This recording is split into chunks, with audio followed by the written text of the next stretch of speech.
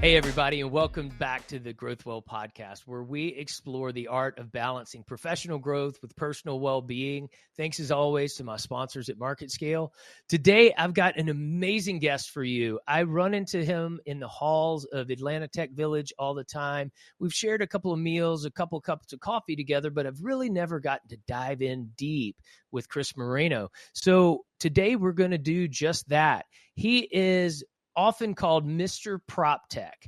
And what is PropTech? That's the blend of technology and real estate. He's an ATV advisor, like I said. He's an investor, an entrepreneur, a podcast host, an avid runner, and a husband and a dad to 3 little kids. So it's safe to say he is one busy dude. And I can't wait for you to meet him. So, Chris, thanks for being on the show, man. Thank you, Josh, for having me. I'm so excited to be here, man. Always great. I listened to some of your other episodes. So, thank you so much. I love the Georgia Home shirt you got on, and you're sporting the running hat. Actually, you're broadcasting from ATV, right? I am at ATV live and in real life. I just saw Julie Pierre out in the hallway. So that's awesome. That's awesome. Shout out Julie and the ATV crew. That is Chris and mine's second home sometimes. We were both very involved in that community there. But for our listeners that don't know you and maybe don't even know what PropTech is, tell us a little bit about you and what you are doing in your life, in your personal life, and, give us a little overview of who Chris Moreno is. Sure. Josh, well, first off, thank you for having me on. I'm really excited to have a discussion with you and go deep. I have a lot of respect for you. And, I get to hear your sessions and see you in action with founders. And it's pretty inspiring. And I think you take a lot of time to be intentional in the work that you do. And motivates me and reminds me to do the same. So a couple things I think first and foremost is, I think a lot about community. And I think a lot about collisions in a very good way, right? And for me, you have to have the awareness, and I didn't have this awareness 10 years ago. So the Chris Moreno of now, who's still learning every day, is still trying to get better just 1% every single day. And I'll share this as I think it's funny because I always looked up to the experts. And people started the experts, right? The experts. People started calling me an expert. And I'll tell you, 5-6 years ago, people started saying, "Oh, you're an expert. Oh, wow, you built companies." We had successful growth. We had a successful exit about 5.5 years ago. And, oh, wow, my head got big, inflated, right? Oh, I'm an expert on this. Oh, I'm the person, right? That's and right. I was like, you're no, the man. I'm not the expert, because the minute I think, and people can call you an expert, but the minute that I think and I get fooled myself into believing I know everything there is to know, I shut off. I say, well, this is the way it is. You can't learn more. I actually purposely kind of, my whole thinking now has evolved into where I'm always trying to learn more. I'm trying to find the people who are going to disrupt my business, the people who are disrupting the businesses, changing the businesses, and who can help us be better. It's not always about conflict or competition. It's actually about healthy support. So one of the things for me, Josh, you asked a little bit about me. I started off in procurement. I lived in California my entire life.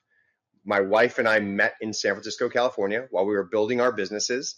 When we were building, so we had 3 core businesses early on that we created, and those businesses, right after, I'll start with Macy's Corporate. I worked at Macy's Corporate for a small blip, worked in procurement, worked in the enterprise, worked on technology rollouts with Bain, worked on centralization project of thousands of people across the country to help them do better work with technology. And I saw the roadblocks of massive corporations and realized I had to go to a startup. And I was living in San Francisco. So I found this little tiny startup called Laundry Locker. And the founder's name is Arik Levy, who I caught up with today. We still, stay in touch. Great guy, one of the smartest people I've ever been fortunate enough to work with. And he had started this little locker company for dry cleaning and laundry. And so I joined him because I was using the company for about 2 years, and I helped him to grow that company. And then we created another company called Drop Locker, which was a back-end SaaS for other dry cleaners. And we did that we got to form partnerships with like Procter & Gamble and 1-800 Dry Cleaning and all these businesses around the world. It was amazing. We went to about 35 countries and I think over 100 cities. Unreal. And we built subscription programs. Actually, if you go to Kula Coffee downstairs, there's a subscription program. We built subscription for laundry and dry cleaning 12 years ago. And from that, we built another business, and this is what we were most known for. This was our bigger business. It was called Luxor One. And Luxor One is a package locker that Amazon, UPS, FedEx, US Postal, and anybody else can deliver a package to, and they could pick it up.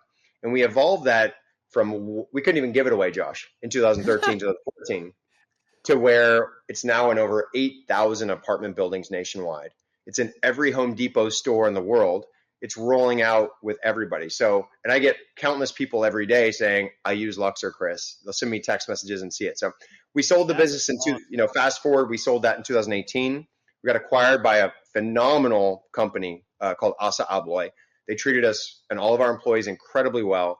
And I stayed on for several years. Arik is actually still there today, which is awesome.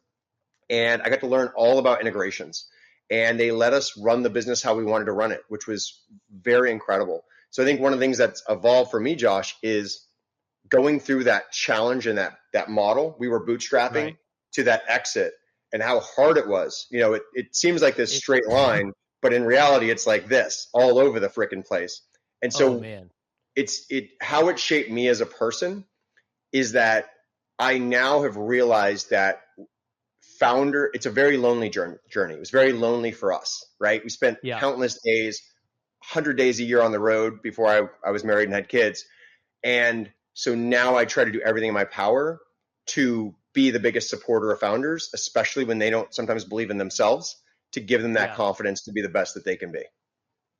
That's awesome. That's awesome. So, I mean, that really bleeds into a little bit of the next question that I wanted to explore, which to do that lonely journey. And I just helped launch a new startup in the past month as well. And I've done many of them. And just this week or the past couple of weeks, I've just been like, oh, I forgot how lonely this journey is. And I'm thankful for the communities that we're both a part of. But I'm curious, it needs to be, at least for most people I talk to, more than just about making money or even about being a part of a community, but it really needs to be about some sort of bigger purpose or bigger why. And that's what really drives people to get out of bed in the morning. So I'm curious for you, what is that? And how did you go about identifying your purpose and your why? So there's a couple things. I think I'm still evolving, and that why still evolves all the time.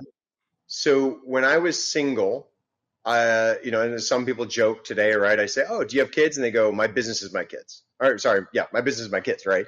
And when I was single and I was traveling, I was like, hey, I'm going to take advantage of this. I'm going to travel to a city. I'm going to stay over that weekend. I'm going to work the weekend, and then I'll travel to the next city. And I'll even visit friends or people that I meet in that city, or I'll go adventure. So I was really fortunate because it actually saved us a lot of money. It was a great experience. And I think there's a challenge that people say, what about work-life balance? Like some people can just shut it off. I can't. And, some people might say there's something wrong with me. Okay, so what? Like I love what I do. And I've met so many people who say like, you look at Warren Buffett and he loves what he does. He wakes up, he has the same routine. So how I think about it is, and it evolves into maybe some things we might talk about, which is as long as I'm focused on working with the right people, on the right things I'm excited about, that I want to keep working on, and the problems I want to solve, and I spend my time and I have the flexibility to go home and see my kids, spend time with my wife, I get to choose where I want to be, when I want to be. I consider myself extremely lucky at the point in time where I'm at. So I get to choose the projects I get to work on. But so I would say that for me, like we bootstrapped our businesses and we raised just a small amount of angel capital from just a couple people. And so I think like I spend my time now understanding and thinking through the things that I think I understood and how those like each company is a little bit different. Even every family office, I heard a great quote from someone here in Atlanta Tech Village who and he said, you meet one family office and you've met one family office, right? That's Because right. they're all so That's unique. right. They're all So for different. me, it's understanding how I can help other people first, Josh, and understanding that, I always got to say, like, be careful of advice, especially my Yeah. own, right? Because I got so much advice and it was so dangerous because those people were helicoptering in, telling me what to do, and then helicoptering out. And I realized, like, you're not going to make a big impact or change the world if you do what everyone else thinks you should do. And you do what every customer tells you. As they say, they would have built faster horses rather than building a car. So I always think about that. And I think about it in terms of my relationships as well. So when I'm working, when I find people who like to do the same things or get excited about the same things I do, like talking about business, obviously my wife got a little tired of talking about lockers. I almost didn't get a second date with her because I talked about lockers too much on our first date, as a good example. Yeah. I'm not in the locker business anymore, but I'm now in PropTech in the real world. And I love meeting with people who like to talk about real world problems. Yeah. And I'm a very visual person. So that gets me excited. Like you'll see, I'm using my hands. I like to see stuff. I like to use stuff. And Chris Saka, who I got to meet, Chris and Crystal Saka recently, same thing. Like they love going out in the stars. We love going hiking. We love spending, time on the lakes. But they're like, in reality, we spend like 75% or 80% of our time in buildings. So how do we focus on those buildings and that infrastructure? So I get really geeked out and really excited around people who want to solve the problems around hardware, the shortage of labor, right? And thinking about automation and robots and things that assist humans, whether it's software, hardware, et cetera, within the infrastructure of the way we live all of our daily lives. So that's kind of a high level, Josh, of what I'm focused on and what gets me really passionate. Yeah, it's so fun when you have something that you're really passionate about and you can tell because it sort of just exudes out of everything you do, almost to a fault sometimes. It's funny you mentioned your wife. I don't talk too much about business with my wife. I celebrate wins and things like that, but I need to put it away at least for that time when I'm with my family. But you're right. It's hard to turn off. I mean, I was falling asleep last night thinking of some alternative ways to solve a problem, right? And it's just part of what we do as creatives, really. We're creatives. We're just creating business and we're creating value and we're creating better lives for people. And we're creating all these things. And so we're by nature to do that, we're problem solvers. But we also have to stay really grounded because that's like our head in the clouds. And I know I have a head in the clouds, right? So many of the people you mentioned, I think Warren Buffett, has the same start to his day. And so I'm curious, like, what rituals and habits and routines have you formed over the years that help you stay the best you so that you can do what you do best? Yeah. So I try to have a consistent day. And even if it's on the weekends, I try to have consistency. So thinking about how I'm setting up for the next day, I calendarize almost everything, personal life, professional life, et cetera. And I say, because if it doesn't get on the calendar, it may not get done. Or if it doesn't get on my task list. Luckily, I have a team supporting me. I do have people who I work with, and I work with a lot of other people, right? And I'm working with associations who have deadlines. I'm working with companies who have deadlines and expectations. And so a lot of and venture capital firms who are eventually wanting to see a return. And so a lot of it is, fortunately, I'm working with people who are very skilled on the technical side, and I'm much more skilled on like the partnerships, sales process. So I love looking at processes, CRMs, thinking about how we improve those processes, people management. So I love helping people make sure they found the right role or if it's the wrong role, being upfront at the beginning. And I was talking about this morning about how to set up more of the cons ahead of time. Like, this is why not to work with me, or this is why not to do an investment. So I actually tell a lot of my friends, I say, hey, I'm going to invest in this company, but you should not invest because I invested. You should actually, if you're going to invest, don't invest, but if you want to invest, do it because of your own diligence. But don't ruin a friendship because you're expecting a return. And I always tell people, hey, assume this investment will go to zero, because then we'll all be very happy. That's right. when it That's doesn't. right. That's right. I mean, every time you evaluate any endeavor, you have to assume the worst case outcome, and are you okay with that? Mm-hmm. And also there's that concept you've probably heard many times about, is it a one-way door or a two-way Yep. door? That's what I Did you love. walk through it and it wasn't the right decision and you walk right back out with not too much scar tissue? Or is it fundamentally life-changing for you once you make that decision? You know, getting married, having kids, that to me lands in that category of fundamentally life-altering, whereas even starting a business really isn't. Mm-hmm. I thought my first startup I would be in for life, and I wasn't. I've done now, I think 7. And I love it. And that has been the flavor of my life. And so, yeah, I think that discipline and routine to kind of bring you back to what's important. You know, I saw a quote that or something you wrote on LinkedIn a couple of days ago. You were telling a story about a detour you took to Mm-hmm. see a loved one, and you ended it with, make sure you take the detour this week to focus on what's important in your life. And that really resonated with me, and because it seems like you're doing that. And so I'm curious, have you always been that way? Because for me, it's been sometimes a struggle where I very much over-index on work or closing a deal or whatever it is, and realize that I didn't take the detour, or the detour that I took was the wrong turn, because, you know, sitting here 10 years later from that deal I was trying to close, yes, it was helpful, but I missed out on something else. And so have you always been that way, or is there a moment in your life or your career where you're like, oh, I've got things out of whack and need to recalibrate here? So a couple things. Number one, the one-way door and the two-way door is a framework I talk about a lot, because, you know, I learned that from Amazon and Jeff Bezos, is that, you know, you can make these decisions that aren't, you know, you can test, and you got to be very thoughtful about a one-way door, because you cannot walk back that back. And That's right. to think about detours, you make a choice. Like, I was in California for an event. We were speaking down in Dana Point, and I was with a friend. We decided to rent a car and drive 2 hours out of the way to go see my grandma. Now, I said, hey, you know, we'd have to change our flight. He's like, do it. I'm going with you. Love that. So he took that photo on LinkedIn. My grandma turned 96 that day.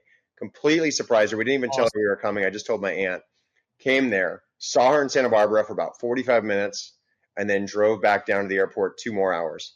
And it was wild, because it was, you know, so many people tell me they would give everything just to have a few minutes more with that loved one. And, you know, for him, as we were talking back, you know, he was talking about how his grandparents had passed and he wished he could have spent time. And he's like, absolutely. He's like, that was so much joy for him. Yeah. And my grandma said it was the best birthday she's ever had in her life. So that was something that you're right. I didn't always take the detour. I'll give you an example. When we sold our first company in 2018, and my son was born in 2018, I think he was born like 10 days later. I didn't take very much time off. I think I maybe took 2 weeks off, but then I was still kind of working at night and answering emails here and there. And then I started, like, we went on a trip, you know, as a family to a conference, which was great. But like, I didn't take enough time off. But I think the key thing now I've realized with life is, like, there's a lot of my neighbors, a lot of mentors who have been very successful in their businesses, and they've realized they've worked so hard. Now they make sure they're at that practice at 3 p.m. Yeah. They make sure they're at, you know, they may play golf during the week, but they're at the practice on Saturday morning at 9 a.m. to 1, right? Yeah. So I think you have to set certain boundaries in your life, but also you have to be, so I'll give you an example. Like, I think there's a great saying, which is, I have very firm beliefs, loosely held. And the same I love thing that. I've never heard that. I love that. I love that quote. Like, you know, that I have very strong beliefs. Like, I'm going to be there for, you know, a founder who's flying into town, let's say this Friday, and they're going to be in town for 3 hours. But if I get a call from school, sorry, I'm canceling that. Like Yeah. you have to have your priorities in order. So if anytime my wife calls me, it's very funny because I'll be in a meeting or on a call. If she calls me right now, I will look at it and say, sorry, Josh, I got to look at this phone call from That's my wife, awesome. because if she calls, I know there's something up, because if not, she's just going to text me. Right. So, That's right. and so like, that's how I think about it, is like trying to set a schedule in my life, because the schedule is great. My wife is phenomenal at that, of keeping without my wife, Thank God for keeping great our organized family wives. Yeah. on schedule, knowing what's happening with the carpool pickup, what's happening with the food, what's happening with this. So she does it all. She has a way harder job than I do. My job Amen. is phenomenal. I'm so lucky the job I have of getting to work with great investors, founders, real estate developers and owners and, industries. But she keeps us all on track. And I love that. Yeah.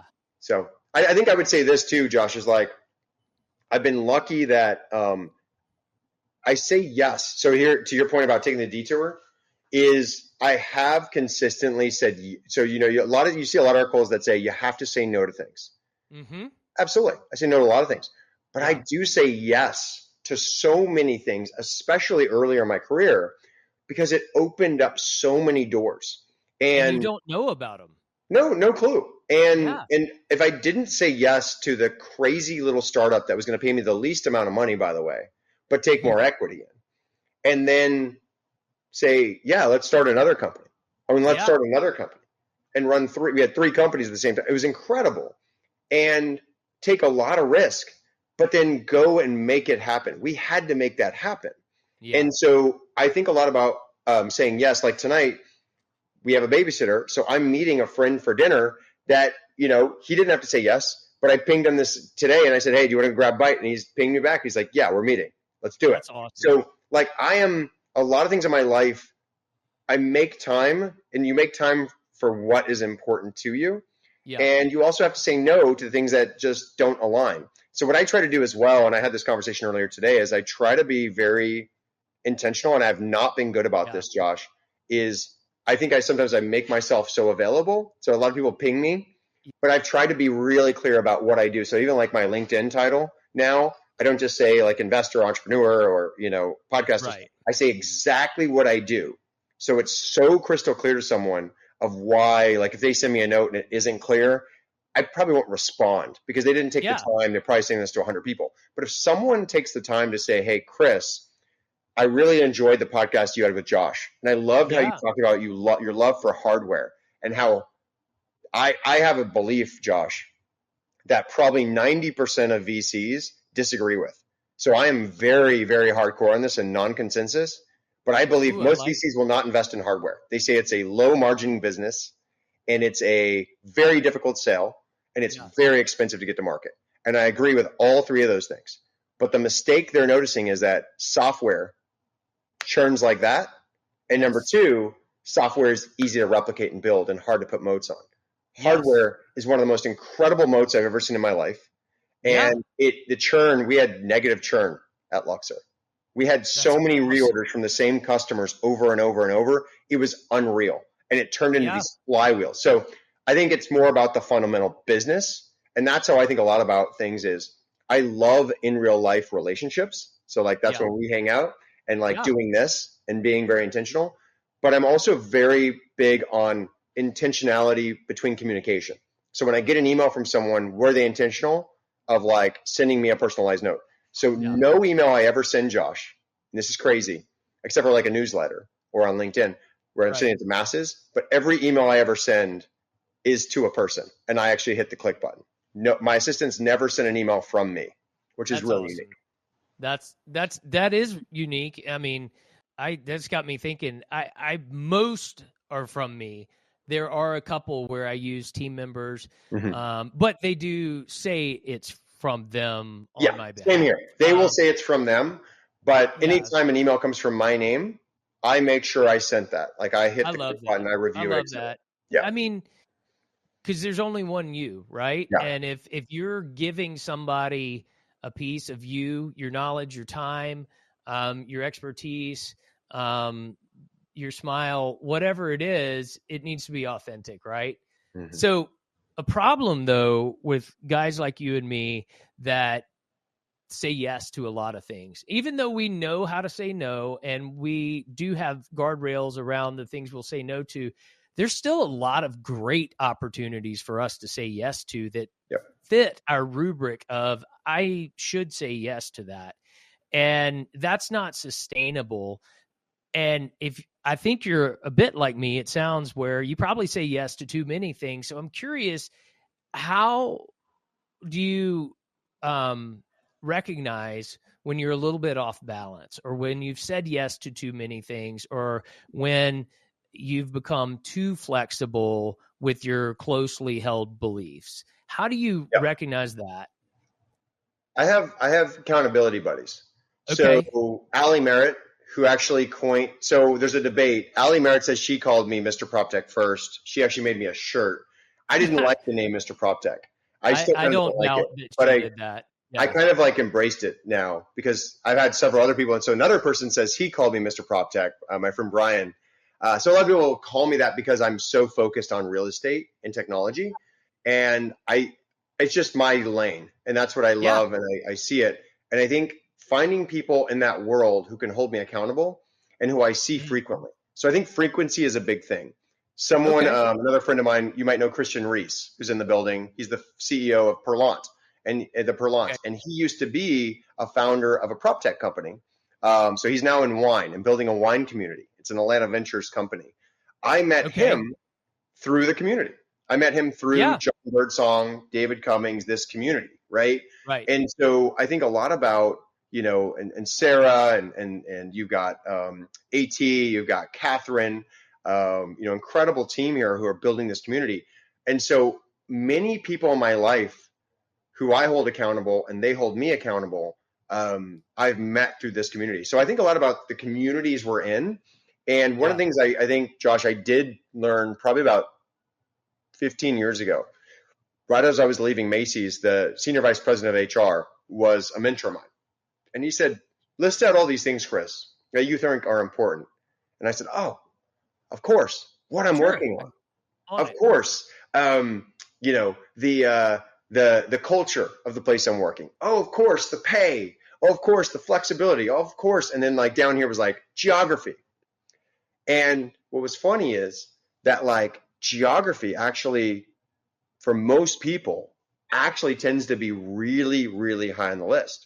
Yep. Because if you're traveling an extra hour and a half, I talk to people who go an hour to an hour and a half a day. And it's a good company, good pay, good culture. But boy, are they kind of sad that they're journeying so far 5 days a week, an hour and a half each way, 3 hours a day. That's 15 hours a week. And I mean, sure, you can be productive by taking calls or listening to podcasts and bettering yourself, but it's still 15 hours a week. That's, I mean, I either am working right here in a studio office I've built in the house, or I'm at ATV, which is 5 minutes from here. And it's just, and I mean, I get it, I guess, but I think you've got to figure out where you value spending your time, right? Well, and when I was in the Bay Area, I lived 5 minutes from our office. Now I live anywhere from 4 minutes to 8 minutes from ATV. It's pretty funny. I did not, by the way, when I transplanted here 4 years ago, didn't know anything about the areas. My wife is from here, but our agent, and this is why actually I believe in real estate agents and people who are great at their craft. That agent got us this house. She found it. Oh, absolutely. We made an offer on one house. We got that house and we moved in, and it was Chastain Park. And I was very lucky because I didn't even know. I had met some of the team here. I met John Birdsong before we moved in, but I was like, oh, cool. Like if I happen to live somewhere near here and if it's within half an hour, I'll come. But to me, I actually make an effort to come here about 2 to 3 days a week. We meet up on the Fridays, and I'm actually trying to be here 2 or 3 Fridays a month. And then this year when Allie Merritt actually gave me a tour of the South Downtown project, which I'm super excited about because that aligns with like my long-term visions. I think a lot about like legacy, long-term, what is the impact you're leaving and what are you passing on to other people? How are you, paying it forward? So absolutely. I try to work downtown once a week, maybe once every 2 weeks. But what's great is it's been getting busier and busier and busier. So I actually go there, and sometimes it's so busy, I can't wait for them to expand, because I'm like, oh, this is great to see so many people there. But I'm pumped on it. And I think we need, one of the other things I think about is, I love seeing stories of people who are building strong communities. I think there's too many, I'm just an eternal optimist. There's way too many negative people out there.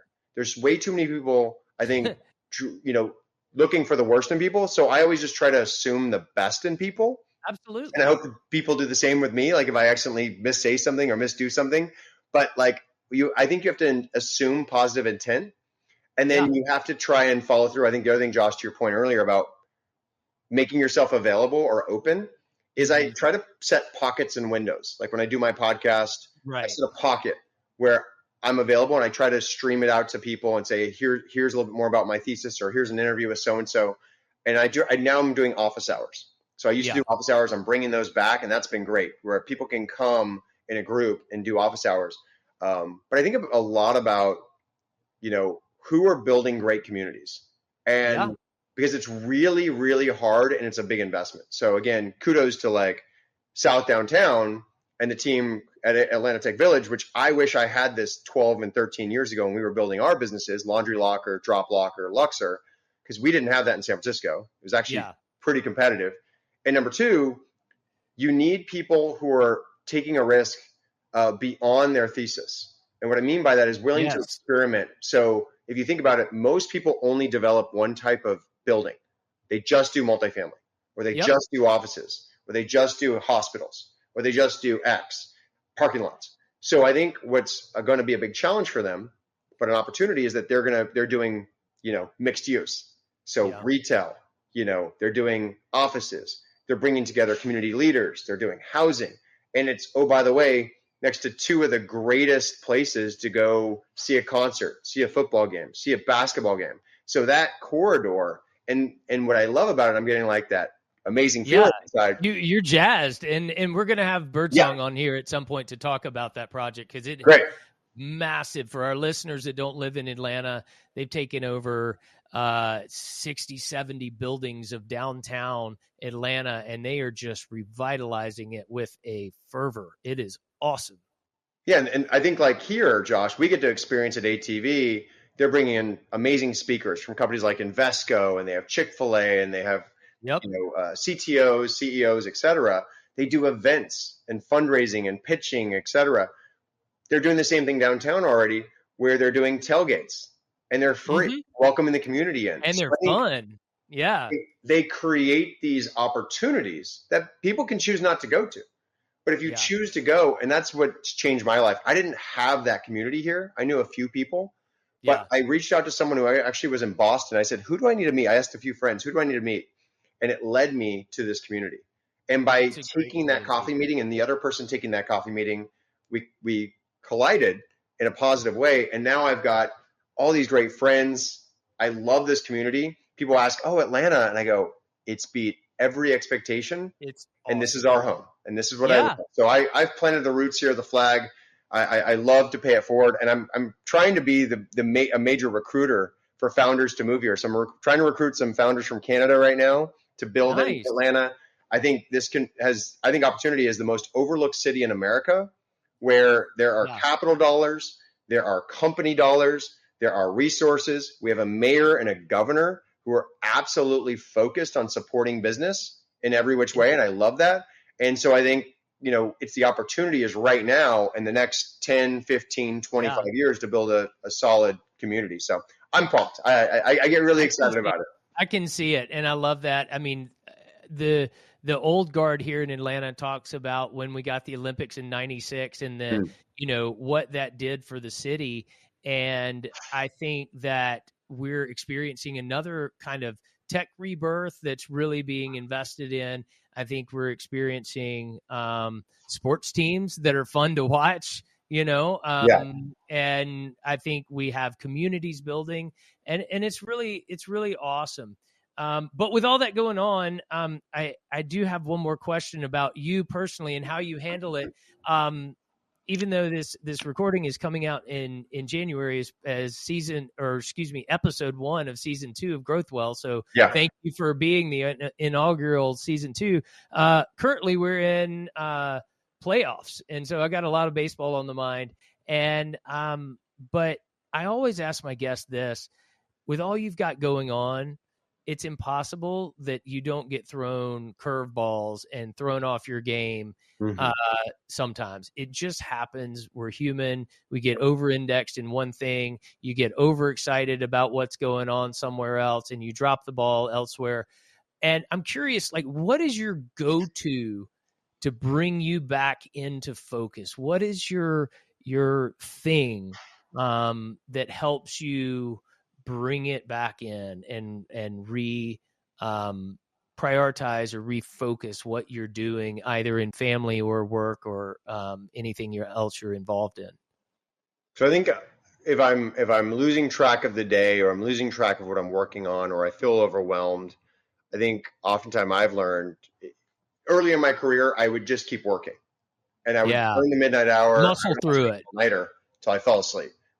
Crazy. And what I didn't realize is that actually, so what I do is I calendarize my time in blocks to where I will, even like, this is a long time of sitting down. I never sit down this long. So like, this is very rare. You actually do a lot of, I stand at my desk. I'm usually standing or walking, 80% of the day. I just hate sitting. And so I will stop what I'm doing and I will go spend time with my kids.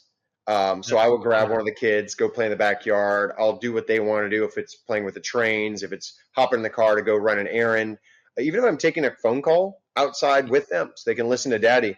And it's funny because like my son right now, like I think a lot of people say like, oh, you got to separate work and life.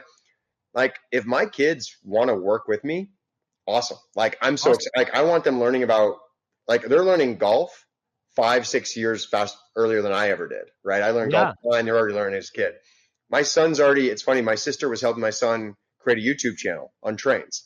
And I'm like, go ahead. Like, but don't do it. We're not going to like have you working numerous hours, but if you do it for like a half an hour, 20 minutes, or you're already doing it, and we just do a little film. Absolutely. So I want to get my kids into unique experiences. And I think sometimes we're too hard on each other around, oh, that's too much work, or, oh, that's too much this. It's more about, are they getting great experiences? And I'll tell you, most of the things I got to learn in college were outside. I learned great stuff in the classroom, but a lot of the real world of working on like, volunteering with my local halal, working. I worked at the Four Seasons. I worked at the Valley Club in Santa Barbara and Montecito. I worked at Valley Crest and one of their golf courses. And I learned so much from those interactions, working in a restaurant, working as a bartender throughout college, and seeing like my dad was a firefighter and police officer, and riding along with him and seeing things when I was a teenager. I mean, those things got me real world experiences. So, and I think constantly, like a lot of things I've learned from other people. So like mentors who I've had in real estate, not only nationwide, but a lot of people locally now I've gotten to spend some time grabbing coffee with, and I get to learn with them. But what's awesome is when I sit down with them and I go, wow, this is incredible. You built this multi-billion-dollar portfolio, or you're an engineer from MIT and you're building this company. And they go, Chris, this is easy to me. What you're doing, you're helping me. I want to ask you questions. So I love that. I love when there's like, I always try to think about how can I bring someone value? And then, and it doesn't have to be transactional, but am I able to help them or leave something for them? Like I'll ask you, Josh, before we go today, like what's something I can help you with? Is there something I can unblock you on? And I learned that from my old boss, Eric Tornberg. So when I was at On Deck, which was a $100 million venture capital fund, I was in charge of our PropTech and real estate investments and our logistics company investments. And Eric Tornberg was all about, if we're going to make an investment, how are we going to help that entrepreneur be the best that they can and support them, make introductions and unblock them? How do we help unblock and get out of the way? So that's something I always think about is, how do I not tell founders what to do? How do I support them on what they want to talk about? And it may not actually be ever giving them advice. It could be totally of just being a listening ear to them and just a support system and mechanism of someone who's been there before. I saw a meme on LinkedIn today that said, micromanagers are people you pay to watch your best talent walk away. And I was like, wow. It's so good. Like, I think that knowing how to support those you're working with without being a micromanager, but being a champion for them, being Yeah. a blocker remover is just huge. So I'm curious, because you're so into both being mentored and being a mentor, this is the advice section. Okay. For people who want to build an entrepreneurial career, and they also want to have a family, and they also want to be a runner and active in a community and give back, and all of the things that you so seemingly easily do. But I know that it's more like a duck with, fast moving, feet under the water and calm on top. Mm-hmm. But what advice would you give someone that is either starting a company or thinking about going out on their own, or just really looking to retool their life so that they have more of this, quote, mythical balance? Yeah. So number one is making, like, with my wife, we make date night. Even if it's just like we have a babysitter and we're going to go out nearby or walk down the street. It's giving her time too, like on the weekends, or try and say, okay, hey, tonight I'm on it. Like, I'm going to help put the little one to bed. Yeah. We've got a babysitter, but so she can go do her things. So it's not always about us always being together. It's about also being intentional. Like, can she hang out with just one of the kids and I'm hanging out with the others? Or if the parents come, and then we can spend time together. So I think it's a lot of that, like finding little trips, little staycations or getaways, or time blocks and chunks where, I can spend time with the kids and she can do it. So I love doing that. It's funny if people in the neighborhood, they'll see me with 3 kids and like, oh my God, super dad right there. And I'm like, hey, it's just part of life.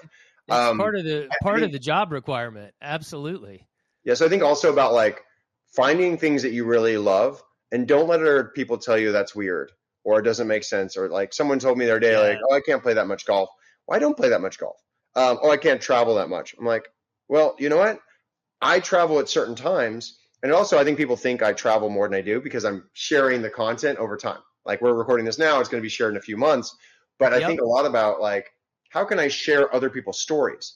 And what I love is like yesterday, I was in New Orleans for one day. Yeah. But I was on from 7 a.m. to 11 p.m. And I met with probably close to 70 people. And that wasn't 70 people one-to-one. But because I was in a happy hour and we were in a group with 6 people. I was at a dinner with 10 people. I was at drinks with 6 people, a happy hour. I was at a coffee session. I was at lunch. So meeting all these different people, hearing their stories, hearing these founders pitch, these investors tell their stories. So for me, it's finding what you enjoy. I actually enjoy that. Now, I love quiet time. So I'll go work out. I'll go run. I'll go for walks. I'll go do things one-to-one with people, or grab a coffee or grab a dinner. But so I think like what fills my cup is going and I like hosting dinners, for instance, in Atlanta. So I've been hosting a lot of dinners where I'll bring together about 10 people who are CEOs or innovators in real estate or technology. And it's so cool because people go, oh my gosh, I met someone who I'm going to invest in tonight. Right. Yeah. Or they're like potentially, or, oh my gosh, Chris, you just set me up with a potential co-founder.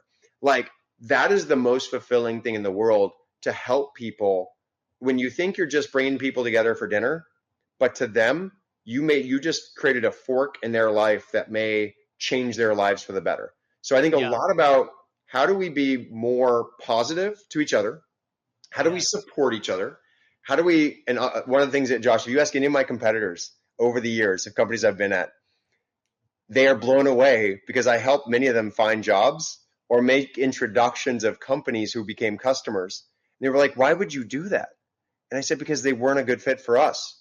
Yeah. So I'm going to send them to you. Why would I not help somebody to find the right person and be a good human? And I've helped several people get jobs that were my competitors, and it blows their minds. And I'm like, we all have families. We all have things going on in our lives. And, it's not, I don't worry about competitors because I'm playing my own game. Simon Sinek is one of the people I go to, and I love the way he breaks things down. And I'm not playing a game of this year or this month. Yeah. I am with my founders. They have targets to hit in the companies I work with, but I'm playing an infinite game. I'm playing a game that I'm leaving a legacy. The dollars are just a scoreboard, and those are the KPIs we're playing. But I can't affect that. I can only affect the actions I take. So if I can change the actions of what I do, the inputs, I'm putting myself in a hell of a place with my, luck and my opportunity and all these things I'm doing to have great outputs. So that's and I always say this, Josh, I don't win alone.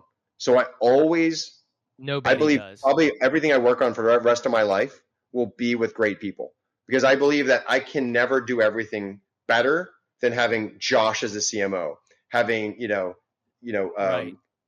builder of community, having David Lightburn, who knows real estate and, knows more. He's forgotten more than I know about brokerage, right? Having John Birdsong, who's doing a hell of a job of pushing the team to move quickly, and Ali Merritt, who moves incredibly fast and makes incredible introductions. So I think a lot about community building, connections, and then who is that silver bullet and who's the best at what they do. I want to be working with that person. Absolutely. Absolutely. I think that is, that's key, because I remember interviewing somebody that we didn't end up hiring, and it just was a timing thing. And I really liked him. And he said, I totally respect you, have really enjoyed my time together. And you never know, careers are long and life's about more than this moment. And so we might see each other again, and we've kept in touch. And it just really left a little mark on me that, this startup that I'm working on right now, I love it. We have high hopes. I wouldn't be in it if we didn't, but it may not be here in 5 years. And so what else am I doing to kind of build that legacy, or teach my kids to be great humans, or be a better husband, or whatever? So, man, this has been a great conversation today. Thank you so much for being here and sitting as long as you have. That is, I need to maybe have some bragging rights for that, for keeping you seated this long. But hey, thank you so much. And we'll catch up more offline about some of the things we talked about. But I've really enjoyed it. For all of you listening, thank you so much for being here and listening and spreading the word about GrowthWell. Thanks to my sponsor at Market Scale for continuing to make this happen. And until we talk to you next time, go out there and pursue growth well.